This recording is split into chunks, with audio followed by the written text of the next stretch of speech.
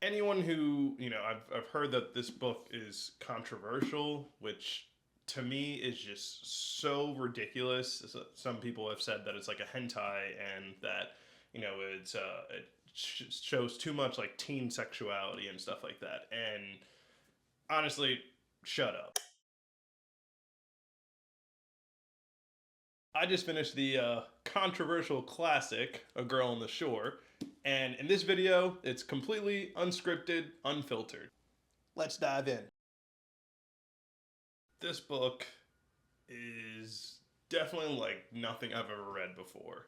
It sparks, I feel like, so many emotions within the reader when they're going through the stories of Kumi and Kisuke or Isabe. And it makes you super empathetic for both of them while also feeling like both of them are so in the wrong in everything that they're doing. And first off, I want to preface this by saying anyone who, I've heard that this book is controversial, which to me is just so ridiculous. Some people have said that it's like a hentai and that, it shows too much like teen sexuality and stuff like that. And honestly, shut up. Like, this book handles the sexual encounters and everything that happens with such like a level of maturity that it honestly I didn't even know that was a thing until after I read it and like saw people's video essays like talking about it. And of course I'm not gonna name any names, it doesn't matter. But like, to me that is ridiculous. And I think Asano does such a good job in showing that when I'm reading the scenes in this book, I'm not feeling like arousal or anything like that. And if someone is feeling that way, then that's more their problem, not the way that the book portrays it, in my opinion. But when I'm reading these scenes and feeling these scenes, I'm feeling uncomfortable. And I feel like it's such like a kind of across the board sentiment for the people that have read the book, and everyone seems to feel kind of the same way, where it's like a stomach curling, like tightening anxiety feeling, like as you're going through the whole book. Like every time, like before I was getting ready to read the book, I would tell my girlfriend, I'd be like, all right, take a deep breath. It's time to dive back in. And like you are diving into their perspective and their world, and it's just so much. It really is so much. I think the greatest part about this work and about pretty much all of Asano's work is very consistent. It almost feels like it's a nonfiction. And it doesn't matter if you've met someone like this before, or if you've done a lot of research on different topics like these, or if you watch a ton of these types of video essays on YouTube, or whatever the case is. Like, reading this story feels like it, like if someone told me it was a nonfiction story, I wouldn't even bat an eye. Like, it is that, I feel like, accurate and detailed to even so much of like the nuance points of like how the woman may feel in the situation and like what's going through her mental, or how Isabe feels in a certain situation and what is like pushing him to do the bad things that he does. And there are so many personal experiences from people that I've even met in my life that have gone through things like this in the story, and I think that it's so normal. And again, it's going over the stories of like ordinary people and being able to feel what they're experiencing. And I think that is like the most profound part about the book. And by far, if it's not obvious already, Anio Asano is like quickly, if not already, become my favorite mangaka. I think it is just like so many things that he does well as far as like the drawing style that he has. Like, immediately you look at a book, you look at the pages, you immediately know it's Inio Asano. Like the way that he designs his characters and everything, and then the backgrounds and everything that he does using the CG and stuff like that. If you don't know about that, plenty of videos on YouTube. It's super cool just to hear like his interviews and stuff going through that. But then also, again, the stories and the way that he styles and portrays his stories and his characters throughout is incredible. And like, my biggest thing always whenever I'm like consuming a certain type of media is the only thing I care about is feeling something. And I think for YouTube and literally just any media in general is feeling. As long as you don't feel bored, then you are doing a good job. whether you feel happiness, whether you feel anger, sadness, whatever the case may be, as long as you are feeling an emotion and you are immersed in that emotion, that is true peak media, in my opinion. And I don't feel good when I'm reading his stories, for sure. But I do feel a lot, and more than more than I've felt in almost anything that I've consumed, whether it be like American television, different animes that I've watched, different books that I've read. And it's insane, like how impressive of an ability it is, because like, it seems like a lot of his stories go over the same, I guess, general topics. And I'm like, okay, like, I feel like I'm gonna get bored reading his stories because they're gonna go over the same premises. And I haven't felt that way at all. I've gone through Dead Dead Demons now, and I've also gone through A Girl on the Shore. And I did the first volume of Poon Poon, and I haven't felt that way at all. Each story attacks it with like different angles and different topics that they go through that make every story feel fresh for the reader. So from literally the very first chapter of the story, you feel a ton of empathy for Kumi and what she's gone through. And, Isobe goes over that, she was forced to give pleasure, we'll just say that word. Obviously, keeping this video YouTube PG-18 or whatever is quite difficult if you've read the story. But we're going to try our hardest. But she was coerced to forcibly give the high school older kid hotshot like sexual favors, and she didn't want to. And the story literally starts off with that, and then it starts off with saying that immediately after that experience, she then had intercourse with Isobe. And something like this is just so freaking relatable. Just like, you hear about these stories all the time where people want their first time to be, the fairy tale dream where, it's with someone you love and hopefully you can stay with that person for the rest of your life. And, it's like, it's perfect and it feels amazing and it's like the fireworks are going off and all this stuff. At least for the people I've always met in my life and heard stories from, 9 out of 10 times, none of that ever happens like that. And it sucks to hear because that's how people want it to. But like the way that society treats those people, like no one ever wants to be the 18-year-old virgin, or no one ever wants to go to college being that kid where, they start, getting in relationships with people and stuff like that. And they feel inexperienced and they're made fun of and they talk about it. And even Isobe uses that in the book throughout and says like, oh, you're not good at this, just forget it.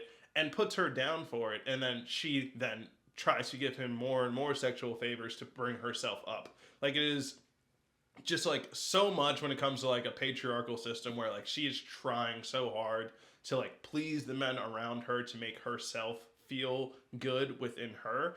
And it's so relatable because I feel like, again, I guess I should preface this. I don't want to speak for any women and say that I understand what they go through or what they are feeling internally ever.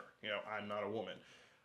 It seems like this is a common thing that happens every day in our societies. And it's a huge issue because, the man in the situation has the authority or the domineering power. And it's a society where the woman feels that they need to bring herself up to live up to that standard. When really it's just all crafted by men to make those situations happen. And that's not how reality is. Everyone is equal in reality, and that's how it should be. It's just like, it's frustrating and sad to be able to like think and see like she doesn't have to go through this, and like it seems like she's such a great person and she should value herself, and that is why you're rooting for her throughout the story.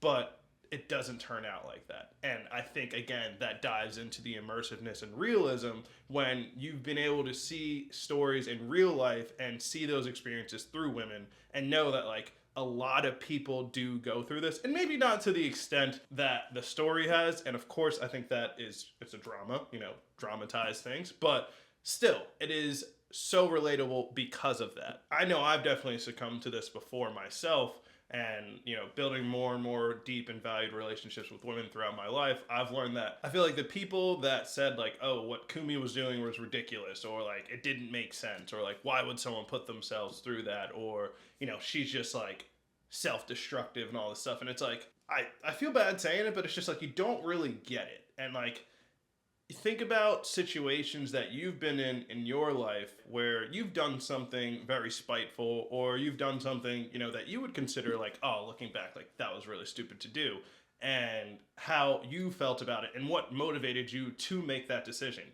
Now put that in the example of love and finding a mate, which is some of the most important things that people live their lives for. It's such a huge thing for people that, of course, they're going to do things that are a little bit more drastic and try to be able to fight for those situations. And that is why I think people are lacking when they say that Kumi was making decisions that, like, are unrealistic, when in reality, again, these things do happen. And at the beginning of the story, we can obviously tell that Kumi isn't doing this for love, or that she likes Isobe or anything like that. We get from the very first few chapters that she doesn't even let him kiss her, and she continues to tell him that, like, no, I don't like you and I never will like you. And obviously at the end of the story we see that change, and which again is very natural between two individuals who are experimenting like this, but we see that she is just doing these things to make herself feel good, even though it feels most of the time like Isobe has the power. And a good comparison with this too would be like, Haru from Beastars, where she says the same thing, where like, in those encounters, she feels like this is something that gives her power in her life, and it allows her to feel like she has control. And that is a like gut wrenching feeling, and like it hurts your heart to even see, because you don't want someone to feel that way, like that people have more self-worth than that. But the unfortunate truth is that if you don't have those close relationships around you to be able to conversate and bounce the way you feel off of, and have people understand who you are truly, you don't really get to explore that for yourself. And that was one of the big things that like stuck out to me, and wasn't a really prevalent part of the story, but like they lived in the like picturesque families, right? Like, it seemed like Kumi's family was really no issues. Her mom and dad were present, and it seems like she has a sibling that she is close enough with, but even her best friend, you can see like she refrains from telling her things, and she hides things from her, and you can tell that she really doesn't have anyone in her life that she can actually confide in and actually seek help when help is needed. And same thing with Isobe. Isobe, I want to preface again, I don't give any cop-outs or anything like that for everything that Isobe did to Kumi. I think that all of that was wrong and it's not justifiable. And the thing I want to then go on top of that to say is, like, he was also in the same situation. It seemed like the only person that he had in his life was his brother, and unfortunately his brother was gone. And of course that sticks with him, and it makes it very hard, which I'll go more into later. But his dad was not present, and even when his dad was present, it didn't really seem like they had a very close relationship. So when you don't have those relationships in your life, whether it's just because you have very surface level and people are scared to do that, or they're scared to go seek out new relationships, or they're scared to talk about certain things within their current because they don't want to like damage any bonds due to like differing opinions, screw that. Like, people fall into such dark situations when they don't have people close to them that they can talk to. And as simple as it sounds, I think that, when I was reading this story, I was like, the whole story can be completely different if these two people had that. And I know it's not a very prevalent factor in the story or theme, but like, to me, that was so important because I truly do feel like things would have been different. And then we have Isobe. And wow, like, the writing on Isobe and his character, I will say, just couldn't ever have expected it to be so perfect and like just like mouth dropping. Like, when they were doing the typing scene and he was going through his whole experience with his brother, oh my gosh, I was just like, my heart felt like it was being freaking squeezed. This goes back to the relationships as well, where when it was his brother's birthday and he was typing all that stuff and he was obviously planning to, that would be his last day. And you can tell that those relationships were, again, surface level, because again, that whole time, where was his dad throughout that like experience? If that is your son's birthday and the anniversary of his previous son passing away, then his dad should be in that picture, right? But, you know, and I think that is why when the scene happened where Issa-Bae and his dad was trying to act like the good father figure and, you know, say like, oh, I'm going to be home more and I'm going to be hanging out with you more and I won't be able to or I won't have to do all these work trips. And Issa-Bae was like clocked out. He didn't care. And he had right not to care because as we see on the times where he actually needed his dad wasn't available. And I think that that again goes back to those surface level relationships and like the deeper level relationships where like, you know, his dad seems like he's really in the picture, but like how in tune and how strong of a relationship does he really have with his son? Can he have those hard conversations? And obviously it seemed like that wasn't the case because you would have been around on your son's birthday, or at least they would have added a scene to show the impact that his dad had and that he's trying. But, you know, like every panel in a manga is purposeful, and that panel was left out because of that. At least that's the way I saw it.